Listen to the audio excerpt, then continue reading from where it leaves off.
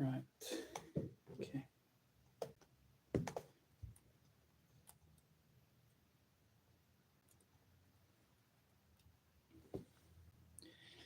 Hello, everyone. Welcome to Kent and Sussex dog training.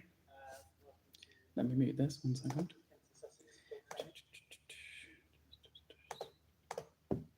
Right. Hello.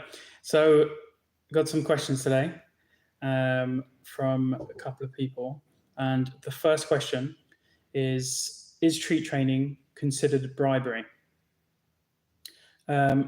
So the answer to that is no, it's not bribery unless your dog is being defiant. Then that can count as bribery. Otherwise, treat training is perfectly fine. There's no issues with treat training. If it works, it works. So no, it doesn't count as bribery, but it does depend. Right, next question. So if my dog doesn't learn, is he stupid? This is something that is very common. A lot of people, they ask this, and they always make comments on how stupid their dog is. And I always say the same thing. And that is, if your dog is able to outsmart you and get their way, that dog is cleverer than you are. If you tell your dog to sit and your dog doesn't sit and outsmarts you, then your dog is cleverer than you are. Okay. Next, well, the short answer to that is all dogs are highly intelligent. They are more intelligent than even us in some ways, in some respects. So, right, next one is, should I train my dog to protect me? This is a very good question. All dogs have the ability to protect their owner, but a dog having the ability to actually protect their owner is rare. I would say it's 1 in a 1,000. If your dog is willing to put their self on the line for you to protect you and your family, it's something that shows how much of a heart your dog has. It's very rare to have a dog that is capable of physically biting people, but majority of dogs, they will protect you and the family, and they do this by guarding, by barking at intruders, or just generally being intimidating towards them. This is something you can train as well. If you have a dog that you want to train as a guard dog or as a protection dog, there's some things you can do at a very early age that will help them develop the ability to guard and encourage it more. One thing you can do is play scenarios in your house. So, for example, have your dog in a certain room, and you put them in a back room. You wait 5 minutes, go out your front door, and just bang on your front door. Do something out of the ordinary. Don't just ring the bell or something a postman would do, because then you're teaching your dog to bark and guard at those specific times, when in reality your dog needs to protect at times that is unusual. So a loud bang, or someone entering the property from a different from behind the property instead of the front. But so you can put them in a different room, bang really hard on your front door, and when your dog barks, have a second person inside the house and have them rewarding the dog when they're guarding. And this way, you're teaching your dog when it's okay to guard and when it's not okay to guard. So not okay to guard is when the postman comes, that's just annoying. But if someone's banging really loud and they bark or guard or run to the front door, you reward them for that behavior. And this is the start of training a dog to be a guard dog or protection dog. But in terms of a dog that can physically bite a person, it's very rare to do that. Right, next one. So why is my dog hyper? 90% of dogs that I go to all have some form of behavioral issues. And usually it's some form of hyperactivity, whether it's overstimulation, being aggressive or nervous or anxious. So the reason why your dog is hyper, that was a specific question, is that your dog hasn't learnt to self-regulate their emotions.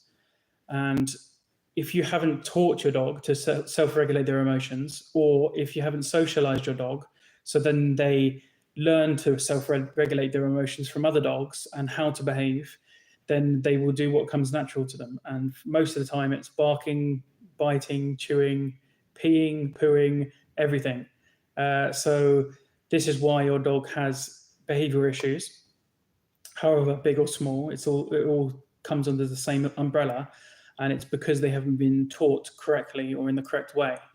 Hyperactivity in, let's say, anxious dogs specifically, hyperactivity is often because dogs, they try and reassure themselves and stimulate themselves. So they're either bored and understimulated, so then they overstimulate themselves, or they try and reassure their anxiety. So when they're anxious or feeling nervous, instead of just calming themselves down, they then bark, which then reassures themselves that that threat is no longer a threat and won't come near them. Let's do another one. Here we go.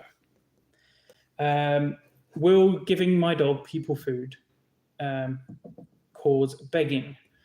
So I feed my dogs all the time, especially like even when I feed them, even when I'm eating. Sorry, but they understand when it's okay, when it's not okay. They don't stand in front of me with their face, panting in my face. But they will beg, but it's very subtle, and it's because I don't allow begging to a more severe way where they're staring intensely at you, salivating, because those things aren't good for your dog. And you want to.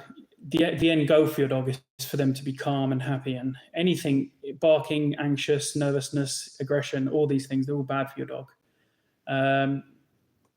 But you can give them your food. There's no issue with it, as long as they understand that go away or stop or enough, and then they don't just persistently stare at you and become obsessive, because that can cause other issues, especially being defensive of food and things like that. But it's rare. So, but if begging is annoying for you, don't do it. Don't feed them, or just give them. If you're having a roast, say for example, give them some of your roast, but give it at their feed time, so they still get the treat and get the reward, but they have it in their time rather than invading your time. But it's not annoying for me, so I allow it. Should I act as alpha? Okay, this is an amazing question. This is something that's confusing, and when you read textbooks and things on this, it's very confusing, and people have different opinions of these things. So the way to look at it is, you are your dog's teacher. You are your dog's parent and teacher. This alpha mentality, it's bullshit. It's nonsense. You are your dog's teacher. Yes, your dog should view you as, as someone of leadership and someone for guidance, but these can be established through a parent/teacher role rather than being this, dominant alpha character. That's nonsense. Alpha, it happens in a pack with dogs. With people, not so much. It's very difficult unless you're spending 24/7 with your dog. It's difficult for a dog to see you as alpha. It's more your teacher and mother, and even dogs with each other. They listen to some dogs and they won't listen to others. It has nothing to do with alpha. It's just that the dog respects that other dog and will listen to that other dog. So let's see if we have another one. I don't do. Okay. Right, that was the last question. If you have any questions, feel free to message me, leave them in the comments, and I will address them in the next live. Hopefully I've cleared some things up and haven't confused you more. But if I have, just message us, and I will reply either in in the comment section or in our next Q&A. Thank you, everyone.